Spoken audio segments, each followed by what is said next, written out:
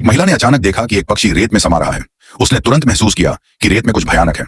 वह बस अपने साथी को सावधान करना चाहती थी, लेकिन तभी एक और महिला, जिसे कुछ नहीं पता था, रौंदी गई। नतीजतन उसके दोनों पैर रेत में धंस गए। वह अपनी ताकत से बाहर भी नहीं निकल पा रही थी। उसका बॉयफ्रेंड जल्दी से मदद करने आया, लेकिन कुछ कदम चलने के बाद वह भी रेत में समा गया।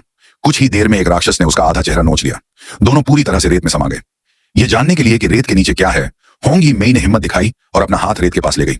अगले ही पल अनगिनत पतली पतली हाथें बाहर निकली। सौभाग्य से उन हाथों की हमला करने की सीमा सीमित थी। तभी सबसे लंबे मोटे आदमी की नींद खुली। उसने खुद को एक कूड़ेदान में पाया। वह गुस्से में चिल्लाने लगा कि उसे बाहर निकाला जाए।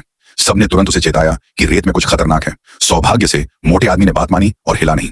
राक्षस के हमले की सीमा जानने के लिए होंगी मेई ने एक हैमस्टर फेंका। जैसे ही हैमस्टर रेत में गिरा, वह तुरंत राक्षस द्वारा निगल लिया गया। फिर ब्लैकी नान ने एक हैमस्टर थोड़ा दूर फेंका।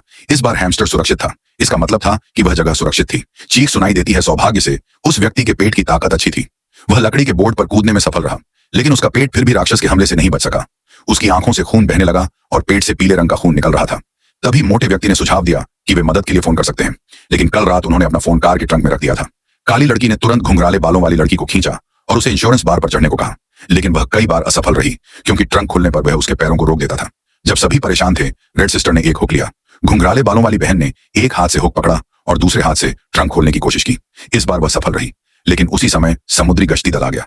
अलार्म की आवाज सुनकर घुंघराली बालों वाली लड़की डर गई। वह फिसल गई और न सिर्फ फोन नहीं ले पाई, बल्कि अपनी उंगली भी ट्रंक में फंसा दी। उसकी उंगली में बहुत दर्द हुआ। पुलिस अधिकारी ने खिड़की खोली और सबने चिल्लाकर कहा कि रेत में एक राक्षस है।